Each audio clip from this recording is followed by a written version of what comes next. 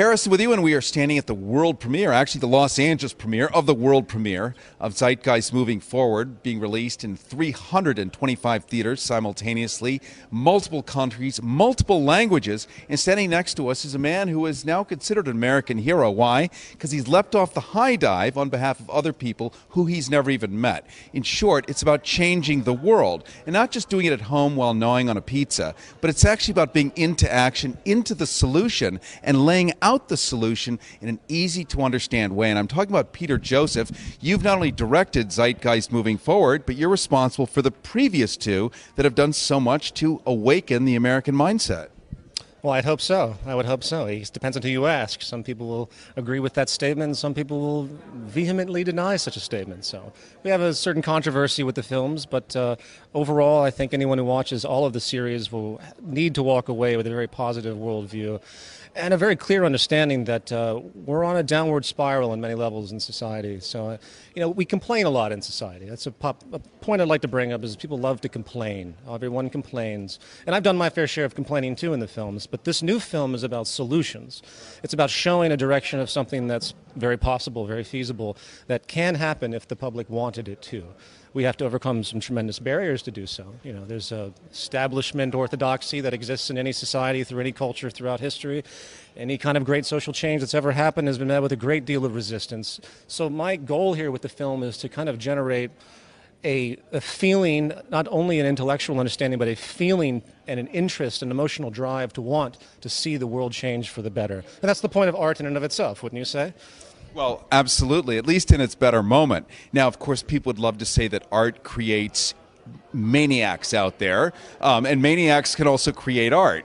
So who's to say? But the beautiful thing is, so many of us lust for a solution. So many of us feel disenfranchised from our environment. People are getting kicked out of their houses. People don't understand why inflation is happening, yet the great Bernanke says something differently, and they don't even understand how stuff is actually interconnected. And I have to tell you, if American history books had even 4 pages of what you have in Zeitgeist, there'd be, well, a small revolution. Well, I think so. Well, to give a clear example, a lot of people still believe that Columbus founded America. This statement resonates throughout all of culture. It's almost cliche for me to bring it up because anyone that's of a general understanding knows that that's nonsense, that there were hundreds of millions of people throughout the entire Americas that were more or less systematically slaughtered, but you don't see that in any of the textbooks in American history. So we have statues of this mass murderer.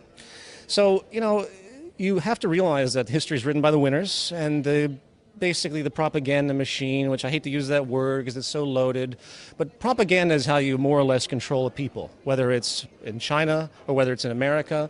If you were to compare 2 different forms of totalitarianism, you could have a kind of an overt totalitarianism and say this sort of China Republic of China, where they control the media and they control things very liberally, very obviously, where they shut down the internet. In America, it's different. The control is done through value systems and taboos and things that people are not supposed to talk about. You're not supposed to talk about certain things. You're not supposed to talk about anything that goes against, say, the monetary system. Oh, the free market, it's about freedom, You're not supposed to, and people get very uncomfortable naturally when you do as well. And you get called a kook, and you'll be called all sorts of lovely names if you attempt to challenge anything that the status quo maintains in that particular point in time. And that goes all the way back to Socrates. Socrates never challenged the slavery in his time. He's considered a great philosopher, but it was presupposed. Everyone presupposes their reality. They think that's normality. It is normality. They think that normality is empirical. And it never is, ever. And if we legislate things like slavery, as we saw in the state of Maryland in 1640, where if you owned land, you had to have slaves. It was illegal not to. Therefore, it must be okay because the grown-ups in Washington declare it so.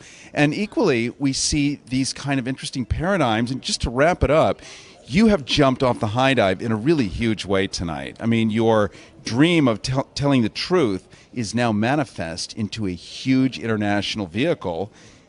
Excitement might be understating it slightly. And it's a little nerve-wracking simultaneously. The goal here is to get these ideas out and permeating where they detach and they have their own life. It shouldn't always come back to, say, a director, or it shouldn't come back to even a movie series. It shouldn't be about that. It should be about the actual data and the ideas and the understanding and the logic. and how to move forward with that information to make a better world. And that's what I'm going for with the work in the film. And as you might know, I'm the founder of a social movement that is very different from the films. The films are my expression. The movement is explicitly about going into a very different social design based on science and humanity, based on updating society to present-day knowledge. I mean, we live in the dark ages with regard to what we're doing systematically through the monetary system, through our health practices, through almost every facet of modern culture you see today is, I'd say, at least decades behind where it should be with respect to what science has shown us. Now, I'm not some kind of, magical science individual. You say those words and people read into them. They say, "Oh, science." What is it, L. Ron Hubbard? They don't really understand what you're talking about. They don't even know what science. L. Ron was God in Scientology, curiously enough. Yes, indeed. So you always deal with the semantic problems with any of these arguments. And when people view this film and when people review this film, which I'm fascinated to see, I've already seen a few of them, the projections go crazy. People just see whatever they want to see. And it's an unfortunate reality in our culture. People don't. The critical, independent thought is a scarce thing out there. And let me offer an unsolicited compliment, because if you remember in 8th grade, let's pretend it was 8th grade, where we were all taught word problems. If Sally drops out of an airplane at 300 miles an hour and the cat runs across the ground and the manhole cover shoots up, when did Timmy eat the apple, right? And all of this was to teach us how to think, how to give us analytical prowess. And I would tell you that your work here as a director, as a storyteller, once again puts us in that place where we actually have to think about stuff. And if anything, you're making the dendrites and the synapses fire for the first time in many a noggin. Well, I hope so. I mean, even information that could be suspect, even information that someone might not believe in the end, but getting them in that process of thought, simply activating critical thought processes that someone would never even consider because of their social influences. We're all victims of culture. There's if you're born into a racist family, you might be a racist, and you might have a blocked element in your mind, sort of a reptilian limbic. Well, there's a special term for it I can't quite think of right now, but it has to do with blinkering out. Bigot? Well, I'm talking about a way of thought, the process of blinkering out information to support your worldview. And we do this subconsciously, just like you have muscle memory. A pianist doesn't think about all the notes he's playing. It becomes part of this sort of cycle of neurological structure. The same thing happens with people's thought processes and beliefs. So if you're deeply religious, for example, you're not going to rationalize things sometimes. Some will. This isn't universal, but many often they don't. They locked. It's mind lock. And it doesn't matter what you say, doesn't matter what you do, doesn't matter any logic you apply to any particular scenario. They blinker it out just to maintain their identity. And anything that challenges their identity triggers a lot of pain. We see this a lot in the culture today when anyone's challenging anything. But I won't go on that tangent. Well, we want to congratulate you and let you know that this is going to be a very exciting night. Here, the Los Angeles premiere of Zeitgeist moving forward to collide with a 325 movie theater release around the world, international countries, international languages. This is a major leap forward, and I can't wait to talk to you Wednesday, by the way, live. You'll be in our KPFK studios for full hour, where we can unravel the mysteries of humankind, the ontological perspective, why we tick the way we do, and what's the answer, my favorite part. Of course, well, that's what matters. Well, we thank you, Peter Joseph. Thank you very much. We thank you.